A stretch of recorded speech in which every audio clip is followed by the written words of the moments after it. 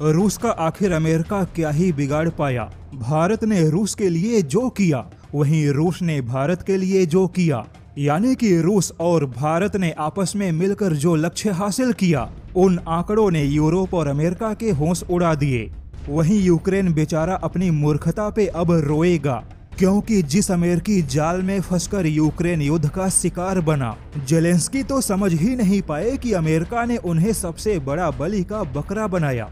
क्योंकि Joe Biden के America ने यूक्रेन को युद्ध में झोंक दिया, तो ट्रंप के अमेरिका ने यूक्रेन से भरपाई के तौर पे $500 अरब की मांग की है। अब कॉमेडियन जेलेंस्की के चक्कर में पूरा देश बर्बाद हो गया।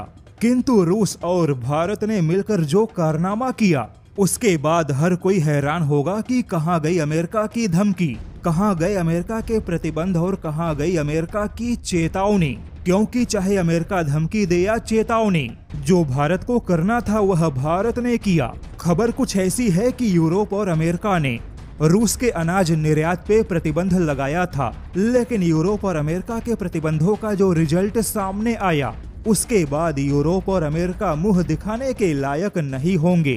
प्रतिबंधों से पहले रूस ने 57 देशों को अनाज का निर्यात किया, लेकिन प्रतिबंध के बाद इसी रूस ने दुनिया के 109 देशों में अनाज का निर्यात किया। लेकिन सवाल है कि प्रतिबंधों के बावजूद 109 देशों में रूस का अनाज पहुंचा कैसे? तो बता दे कि 109 देशों में अनाज को पहुंचाने का काम किया भारत ने। भारत के सहयोग से रूस ने 57 मिलियन टन अनाज के निर्यात का एक नया रिकॉर्ड बनाया।